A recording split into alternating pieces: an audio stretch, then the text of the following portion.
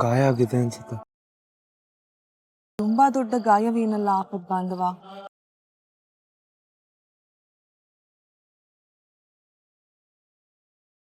ಯಾರವ್ರೆಲ್ಲ ಯಾಕೆ ನಿಮ್ಗೆ ಅಟ್ಯಾಕ್ ಮಾಡ್ತಿದ್ರು? ಹೌದು ಅಮ್ರಪಾಲಿ, ಅವರೆಲ್ಲ ಯಾರು? ಯಾಕ ಅಮ್ರಪಾಲಿ, ಏನಾಯ್ತು? ಅಲ್ಲ ಅವರೆಲ್ಲ ಯಾರು? ಆ ದುಷ್ಟ ಮಾನವರು ಪುಟಾಣಿಯನ್ನು ಇಲ್ಲಿ ತಂದು ಕಟ್ಟಿ ಹಾಕಿದ್ದರು. ಯಾಕೆ? ಅಣ್ಣ, ಮೋಸ್ಟ್ಲಿ ಪುಟಾಣಿ ದುಡ್ಡು ಮತ್ತೆ ಫೋನ್ ಕಿತ್ಕೊಳಕ್ ಹಿಂಗ್ ಮಾಡಿದಾರೆ. ಹೌದು, ಪುಟಾಣಿಯಲ್ಲಿ. ಪುಟಾಣಿ ಪುಟಾಣಿ ಪುಟಾಣಿ ಇಬ್ರು ಸಮಾಧಾನ ಮಾಡ್ಕೊಳ್ಳಿ, ಪುಟಾಣಿ ಆರಾಮಾಗಿದ್ದಾಳೆ. ಆನ್ಯ ಅವಳನ್ನ ಕರ್ಕೊಂಡು ಹೋಗಿದ್ದಾಳೆ. ಅಮ್ರಪಾಲಿ, ನನ್ನ ತಂಗಿ ಜೀವ ಉಳಿಸಿದೀರಾ.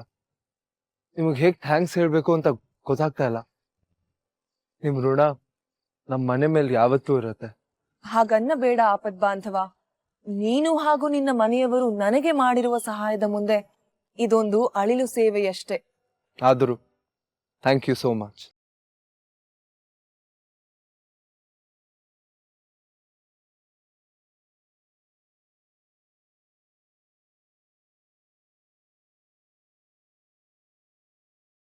ಏನ್ ಹುಡುಕ್ತಿದಾರ ಅದಕ್ಕೆ? ಲಾಕೆಟ್ ಈಶ್ವರಿ. ಲಾಕೆಟ್ ಬಗ್ಗೆ ಯೋಚನೆ ಮಾಡೋ ಸಮಯ ಇದಲ್ಲ ಅದಕ್ಕೆ. ಟೈಮ್ ನೋಡಿದಿರ ಎಷ್ಟಾಗಿದೆ? ಗಿರಿಜಾ ಕಲ್ಯಾಣ ಮುಹೂರ್ತ ಶುರು ಆಗಿದೆ. ನಿಮ್ಮ ಅಣ್ಣ ಲಾಕೆಟ್ ಎಸ್ಬಿಟ್ರು. ಅದ್ ಇಲ್ಲೇ ಎಲ್ಲೋ ಬಿದ್ದಿರ್ಬೇಕು ಈಶ್ವರಿ. ಲಾಕೆಟ್ ವಿಷಯ ಹಾಳಾಯ್ತು ಅದಕ್ಕೆ. ಮಾತ್ ಕೊಟ್ಟ ಹಾಗೆ ನಿಶ್ಚಿತಾರ್ಥ ಆಗ್ಬೇಕು. ಒಂದ್ ನಿಮಿಷ ಈಶ್ವರಿ, ಪ್ರತಿಯೊಂದು ನಾನು ಲಾಕೆಟ್ ಹುಡುಕ್ಬಿಡ್ತೀನಿ. ಅದಕ್ಕೆ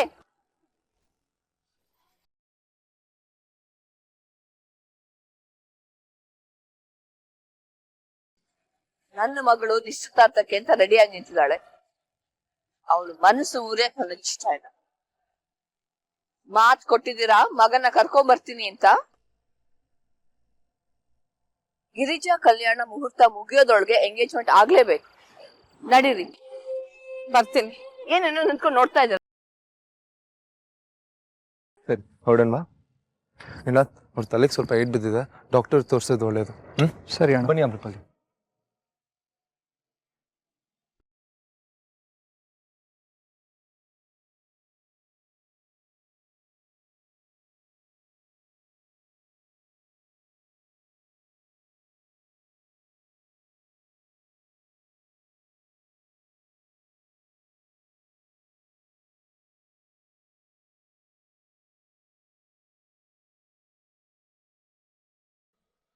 ಗಂಟೆ 10:20 ಮುಹೂರ್ತ ಶುರು ಆಗಿದೆ. ನಿಮಗ ಬರ್ತಾನಲ್ವಾ ಅದಕ್ಕೆ? ಬರ್ತೀನಿ ಅಂತ ಮಾತು ಕೊಟ್ಟಿದ್ದಾನೆ ಪ್ರದ್ಯುಮ್ನ. ಅವನ್ ಬಂದೇ ಬರ್ತಾನೆ. ಏನಾಯ್ತು?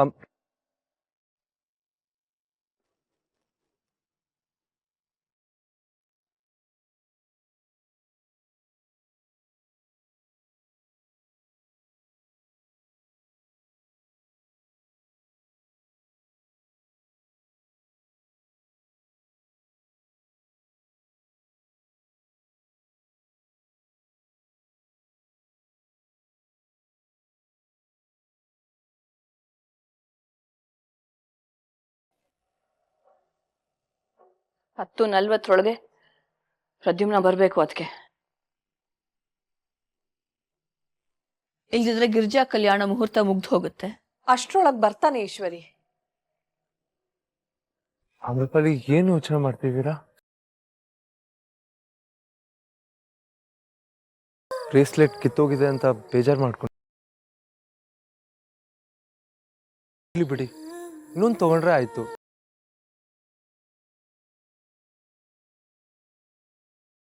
ನನ್ನ ಹತ್ರ ಒಂದು ಉಪಾಯ ಇದೆ. ನಿಮ್ಮ ಕೈಯಲ್ಲಿ ಬ್ರೇಸ್ಲೆಟು ಇರುತ್ತೆ, ನಿಮ್ಮ ಬೇಜಾರು ಕಡಿಮೆ ಆಗುತ್ತೆ.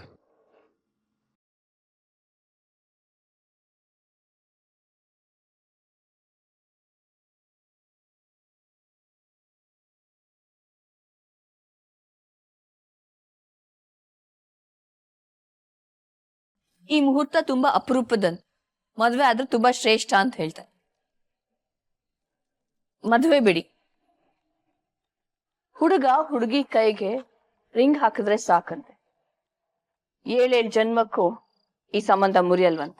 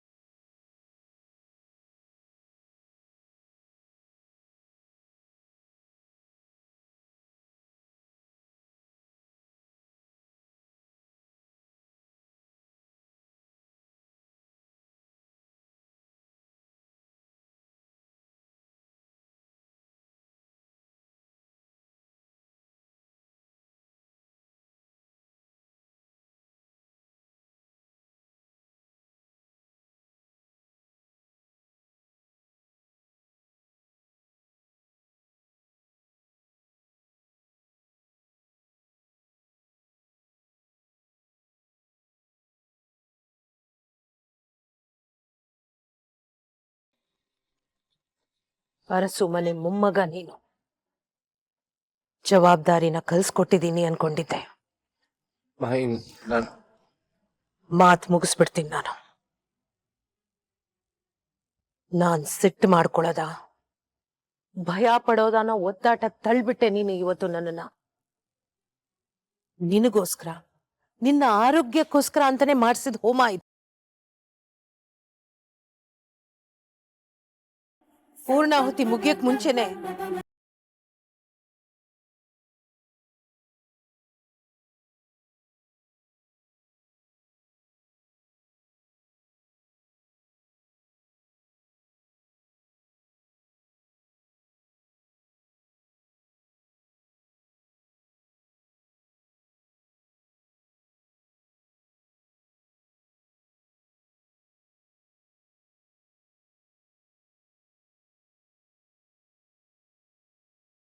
ನನ್ ಮನ್ಸು ಮುರಿದು ಬಿಟ್ಟೆ ಪ್ರದ್ಯುಮ್ನ.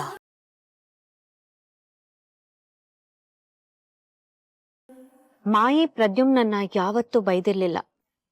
ಯಾರನ್ನ ಬದುಕಿಸ್ಬೇಕು, ಆಯಸ್ ಜಾಸ್ತಿ ಮಾಡ್ಬೇಕು ಅಂತ ಇಲ್ಲಿಗೆ ಕರ್ಕೊಂಡ್ ಬಂದ್ರೋ ಅವನ್ ಮೇಲೆ ಸಿಟ್ಟು ಮಾಡ್ಕೊಂಡಿದ್ದಾರೆ.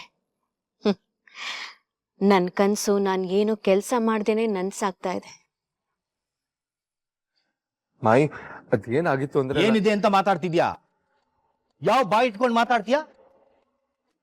ಅಲ್ಲ ಮಾಯಿ, ಇವನ ಮೇಲೆ ಅಷ್ಟೊಂದು ಪ್ರೀತಿ ಇಟ್ಕೊಂಡಿದ್ಯಲ್ಲ, ಪೂಜೆಯಿಂದ ಎದ್ದು ಬೆನ್ನು ಹಾಕಿ ಹೋದಾಗ ನಿನ್ ನೆನಪಾಗ್ಲಿಲ್ವಾ ಇವನಿಗೆ? ನೀನ್ ಎಷ್ಟು ಮಾಡಿದ್ಯಾ ಇವನಿಗೆ? ಹಗಲು ರಾತ್ರಿ ಇವನ ಹೆಸರೇ ಜಪ ಮಾಡ್ತೀಯಾ? ಏನ್ ಕೊಟ್ಟ ಹುಡುಗರೆ ನಿನಗೆ? ಮೋಸ.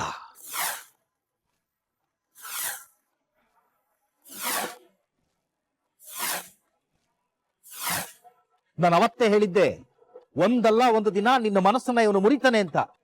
ನಾನು ಆಡಿದ ಮಾತು ಸುಳ್ಳಾಗ್ಲಿಲ್ಲ ನೋಡಿ. ದೊಡ್ಡಪ್ಪ, ಅಣ್ಣ ಯಾವ ತಪ್ಪು ಮಾಡೇ ಇಲ್ಲ. ಆಗಿದ್ದೇನಂದ್ರೆ ಮುಚ್ಚೆ ಬಾಯಿ.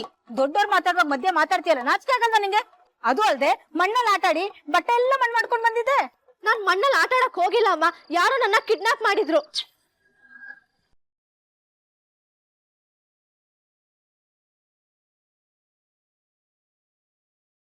ಮುಚ್ಚೆ ಬಾಯಿ. ಸುಳ್ಳು ಹೇಳಿದ್ರೆ ಬಾಯಿ ಮೇಲೆ ಬರ ಮಂದಾಕಿನಿ, ಸುಮ್ನೆ ಇರು. ಏನ್ ಹೇಳ್ತಿದ್ದೆ ಪುಟಾಣಿ? ಕಿಡ್ನಾಪ್ ಮಾಡಿದ್ರ ನಿನ್ನ? ಹೌದಪ್ಪ, ಪುಟಾಣಿ ಹೇಳಿದ್ ನಿಜಾನೇ.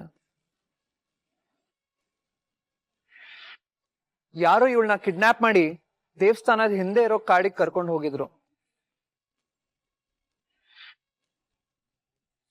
ಅಣ್ಣ ಬರ್ದೇ ಇದ್ದಿದ್ರೆ ಏನಾಗ್ತಿತ್ತೋ ಏನೋ.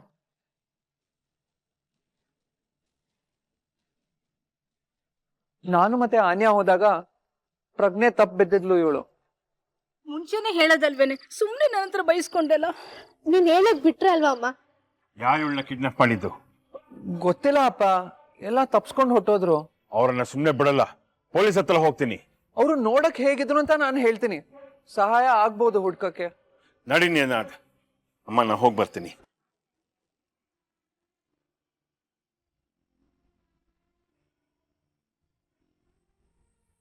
ಕ್ಷಮೆ ಕೇಳ್ಬೋದೋ ಇಲ್ವೋ ಗೊತ್ತಿಲ್ಲ ಮಾಯಿ.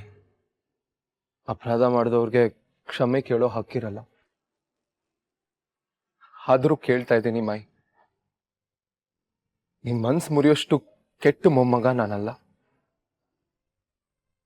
ಗೊತ್ತಿಲ್ಲದೆ ನನ್ನಿಂದ ತಪ್ಪಾಯ್ತು ಮಾಯಿ. ನನ್ನ ಕ್ಷಮಿಸ್ಬಿಡಿ.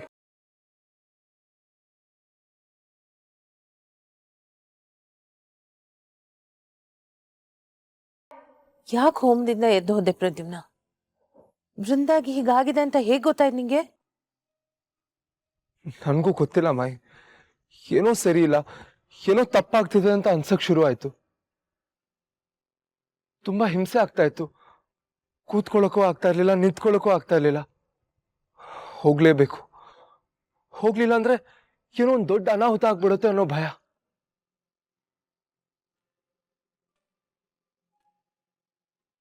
ಅವತ್ತು ರುದ್ರಶಿಲೆಯಿಂದ ಬರ್ತಾ ಆಗಿತ್ತಲ್ಲ ಮಾಯಿ, ಆಮ್ರಪಲ್ಲಿಗೆ ಆಕ್ಸಿಡೆಂಟ್ ಆದಾಗ.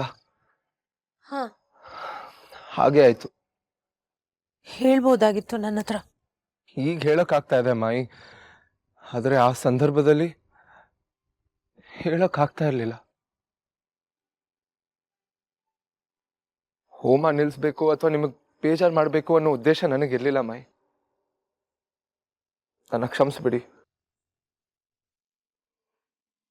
ಛೇ, ಜಗಳ ಮುಗ್ದು ಹೋಗಿ ಮಾಯಿ ಅವನನ್ನ ತಬ್ಕೊಂಡು ಕ್ಷಮಿಸಿದೀನಿ ಪ್ರದ್ಯುಮ್ನ ಅನ್ಬಿಟ್ರೆ ಅವನ್ ಮುಖದ ಮೇಲೆ ಮತ್ತೆ ನಗು ಬಂದ್ಬಿಡುತ್ತೆ. ಏನಾದ್ರೂ ಮಾಡ್ಬೇಕು.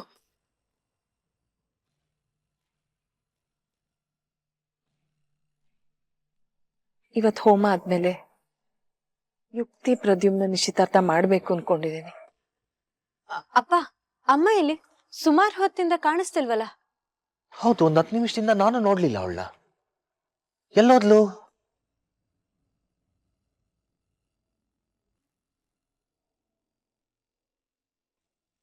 ಅಮ್ಮ ಕಾಣಿಸ್ತಿಲ್ವಾ? ಹೋಮ ಮುಗಿದ್ಮೇಲೆ ದೇವಸ್ಥಾನದ ಒಳಗಡೆ ಒಂದ್ ಜಾಗ ಇದೆ, ನಾನು ಹೇಳ್ತೀನಿ, ನೀನ್ ಬರ್ಬೇಕು. ಯಾರಿಗೂ ಹೇಳ್ಬೇಡ, ನೀನೊಬ್ನೇ ಬರ್ಬೇಕು.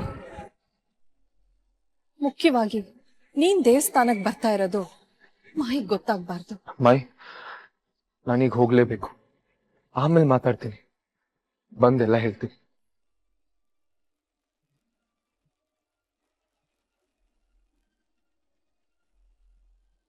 ಬಾಣ ಸರಿಯಾಗಿ ಗುರಿ ಮುಟ್ತು. ಹೌದು, ಆಮ್ರಪಾಲಿಯಲ್ಲಿ ಕಾಣಿಸ್ತಿಲ್ಲ. ಅಯ್ಯೋ, ಮತ್ತೆ ಎಲ್ಲೋದ್ಲಪ್ಪ ಇವಳು?